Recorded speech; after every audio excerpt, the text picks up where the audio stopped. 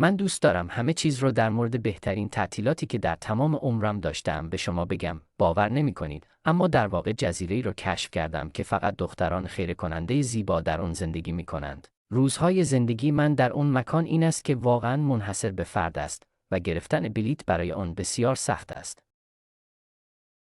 شما باید آنها را از قبل بخرید و بشکن بزنید اگه اونا سهمیه محدود آقایونو را برای اون سال تکمیل نکرده باشند. بنابراین تهیه اون آسان نیست. اگر موفق به رزرو پرواز در اونجا بشین ارزششو داره. بنابراین سعی می‌کردم بفهمم که تعطیلاتمو را کجا بروم. وقتی که کلاسام تموم شدن تمام سال استرس فوق‌العاده‌ای داشتم. امتحانات زیادی برای درس خواندن داشتم. از اونجایی که نمره بالا گرفتم والدینم به من گفتن که برای هر سفری که بخوام برم به عنوان تعطیلات برام هزینه می‌کنند. اما آن فقط میتونستم برای چند روز برم چون اونا ازم میخواستن که بعد چند روز بهشون ملحق شوم. اما قبل از ادامه ویدیو سابسکرایب رو بزنین و زنگوله کانال را فعال کنید. این به شما یه جون تازه برای زندگی میده. به من اعتماد کنید بچه‌ها. من نمیتونستم بهشون نبگم چون پدر و مادرم را دوست دارم و اونا هزینه سفر منو میدن. بنابراین مجبور شدم جایی رو انتخاب کنم که بتونم چند روز بمونم و واقعاً از سفر مجردین در اونجا لذت ببرم. والدینم خانه ساحلی میرفتن. این مکان دوست داشتنیه، اما بعد از حدود 20 سال که هر سال به اونجا میرفتم میخواستم یه تغییر کوچک به خصوص برای اولین تعطیلاتم به تنهایی انجام دهم. بنابراین شروع کردم به پرسیدن و مشاوره در مورد جایی که میتوانستم برای 2 یا 3 روز از آن بازدید کنم. ایده های زیادی به ذهنم خطور کرد و جالب به نظر میرسیدند. شروع به تهیه فهرست کردم، اما ناگهان یکی از دوستانم با من تماس گرفت تا در مورد یک مکان باور نکردنی صحبت کند و مارک توضیح داد که این مکان شگفت انگیزه. یک راز بزرگه، بنابراین ما باید همدیگر رو ببینیم تا در مورد اون صحبت کنیم. من فکر کردم که شوخی یا چیزیه، اما میخواستم با دوستم صحبت کنم. بنابراین موافقت کردم که به اونجا بره و هنگام گپ زدن غذای بیرون سفارش دادیم. شام رو خوردیم و او توضیح داد که یه جزیره فوق‌العاده منحصر به فرد وجود داره که هر سال فقط تعداد معینی از مردها رو میپذیرد. ساحل‌ها عالی‌اند و محیط تمیزی دارند و همه مهربونند. ولی بهترین قسمتش اینه که همه ساکنان جزیره زن هستند. من خندیدم و مسخرش کردم. البته که کاملا دروغ بود و باور نمی‌کنم. دست از سر و کله زدن با من بردار. هنوز هم می‌خندیدم. او گفت جدی میگم این یک جزیره بسیار منحصر به فرده، پس عجیب نیست که نمی‌دونی. این یک جور پناهگاهی است برای زنانی که دوست دارند هر چند هفته یک بار چند مرد در آنجا حضور داشته باشند، اما نه همیشه. هیچ مردی اجازه ندارد به این جزیره نقل مکان کند. واقعاً باورم نمیشد. منظورم اینه که کاملاً دیوانه کننده به نظر میاد، مانند یک رویای خیال پردازانه بیش از حد یک مرد، اما کم کم شروع به متقاعد کردن من کرد که درست است و سال قبل اونجا بوده و در واقع امسال هم جایی رزرو کرده، اما نمیتونه که بره. مارک دوست دختر پیدا کرده و اگر او بفهمد که او به جزیره‌ای مانند اون سفر میخواد بکنه، کاملا رابطشون از بین میره. پس من هرگز چیزی در مورد آن به او نمیگم و باید دهان خودمو ببندم وگرنه متوجه میشه. او به من گفت که سختشه امسال بره. بنابراین مارک به من پیشنهاد داد که جای خود را به من بدهد و من مجبور شدم هزینه بلیت هواپیما و هزینه‌های هتل را بپردازم.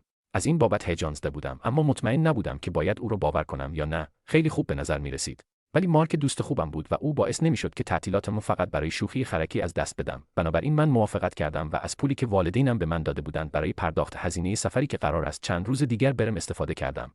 با نزدیک شدن روز سفر، من بیشتر و بیشتر استرسی میشدم. اگر صادقانه بگم، هم نگران بودم که این همه یک دروغ احمقانه باشه و هم اینکه وقت و پولم را هدر میدادم. و اگر درست باشد که آیا من آماده بودم تنها مردی در جزیره پر از زنان باشکوه باشم، یکم ترسناک به نظر می رسید. بالاخره روز فرا رسید و من خیلی مضطرب بودم. کیفم را آماده کردم و کمی زودتر از آنچه که باید به فرودگاه رسیدم. و تصمیم گرفتم با گوش دادن به موسیقی استراحت کنم. زمانی که زمان سوار شدن به هواپیما شد، با تعجب دیدم که همه مسافران آن هواپیما در واقع زن بودند. هواپیما با اون همه دختر زیبا که همگی بالای 18 سال داشتند و بعضیاشون حدود 40 ساله بودند، اما تک تک آنها خیلی جذاب بودند. راحت شدم، واقعا نمیدانستم چه کاری کنم. بالاخره یکی از آنها صحبت کرد.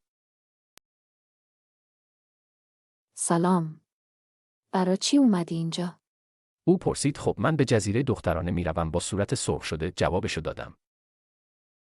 او خندید و گروهی از دختران هم سن او هم خندیدند. تو برای همه تفریحاتی که در آنجا خواهی داشت آماده نیستی؟ او جیغ زد و به خندیدن ادامه داد. آنها عادت داشتند با بچه‌هایی که سوار هواپیما شده بودند و کمی مضطرب به نظر می‌رسیدند صحبت کنند، ولی اونا بسیار خوب بودند. گفت ما تو جزیره زندگی می‌کنیم و بعد از دیدار با خانواده برمیگردیم دوباره. پرسیدم چرا اونجا زندگی می‌کنین؟ دور از همه مردان. من خواستم سعی کنم در این مورد پیله نکنم. گفت خب ما مردها رو دوست داریم که در کنار مردها باشیم، اما ترجیح می‌دهیم در مکان بدون استرس زندگی کنیم. وقتی می‌خوایم برادران، پدران و دوستان مرد خود را ببینیم، فقط به سرزمین اصلی سفر می‌کنیم. به همین سادگی و اگر بخوایم خانواده تشکیل دهیم یا به زندگی عادی برگردیم، فقط نقل مکان می‌کنیم. دختر اینجور توضیح داد. تحت تأثیر قرار گرفتم ولی نمیتونستم باور کنم که چنین مکانی واقعاً وجود داشته باشد و دخترها هم باهام شوخی می‌کردند. وقتی فرود آمدیم، بلافاصله به هتلم رفتم. از سفر طولانی خیلی خسته بودم. می‌خواستم چرت بزنم و بعد شب بیرون برم و بعدش برم شام بخورم. همه اینها یه جور به نظر میومد. درست به نظر نمی رسید، اما در این حال من خودم کم داشتم به اون باور می کردم و فقط نمی خواستم ناامید شوم و معلوم نشه که یک دروغ کامل است. واقعا نمی توانم از فکر کردن بهش دست بردارم. راستش را بخواین وقتی به خواب رفتم، خواب این رویایی شگفت انگیز رو دیدم.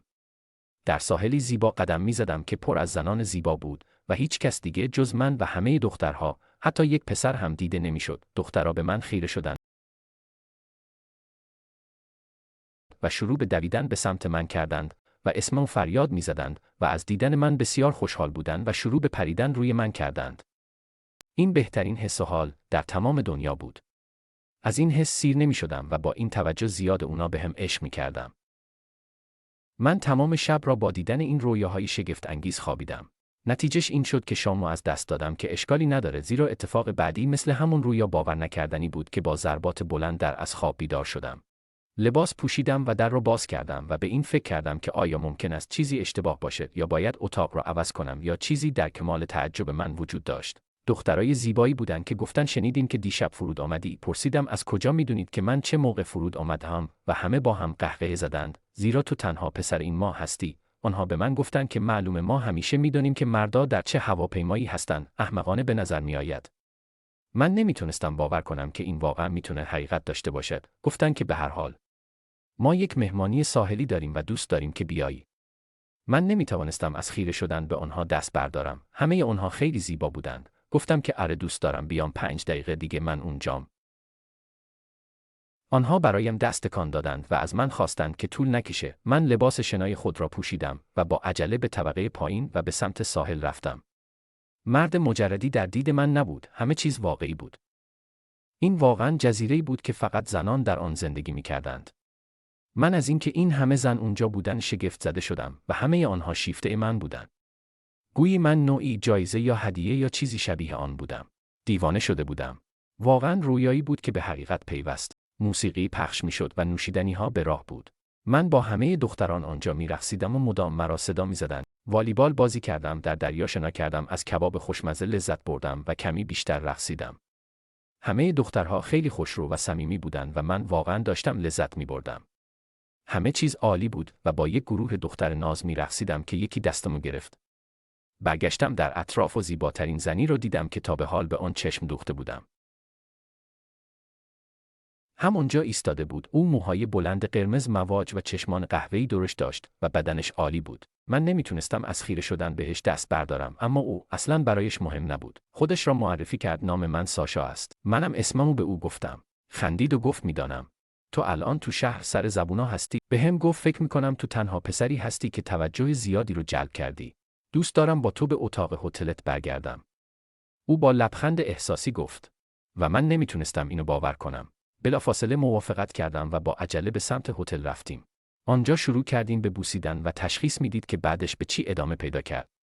میتونم تصور کنم که 2 روز آینده در جزیره چه اتفاقی خواهد افتاد. شگفت انگیز بود، اما اعتراف میکنم که من بیشتر وقتم را با ساشا گذراندم. او باور نکردنی بود و من برای او سر به زیر بودم. زمان رفتن خیلی زود فرا رسید و من مجبور شدم با پرواز به خانه برگردم. باور کنید نمیخواستم برگردم. ساشا قول داد وقتی جزیره را ترک کرد برای دیدن خانواده‌اش و به دیدن من هم بیاید. وقتی به خانه برگشتم با مارک تماس گرفتم تا همه چیز را به او بگویم که تو آن جزیره جادویی را درست میگفتی. هنوز نمیتونم آن را باور کنم. از اینکه جزیره رو توصیه کردی و به من کمک کردی تا به اونجا برسم بسیار متشکرم. فکر کنم سال آینده هم برمیگردم. او به من گفت برام خوشحاله. ساشا هم ماه آینده برای بازدید به اینجا میآید و راستش من نمیتونم صبر کنم. از زمانی که به آنجا رفتم نتونستم به او و جزیره فکر نکنم. از توجه شما متشکرم. اگه شما جزیره‌ای رو کشف کنید که فقط با دختران زیبا یا پسرهای خوش‌تیپ پر شده باشد، چه کاری انجام می‌کنید؟ به هم تو کامنت‌ها بگین. کانالو سابسکرایب کنید و ویدیوهای دیگه‌مو هم نگاه کنید.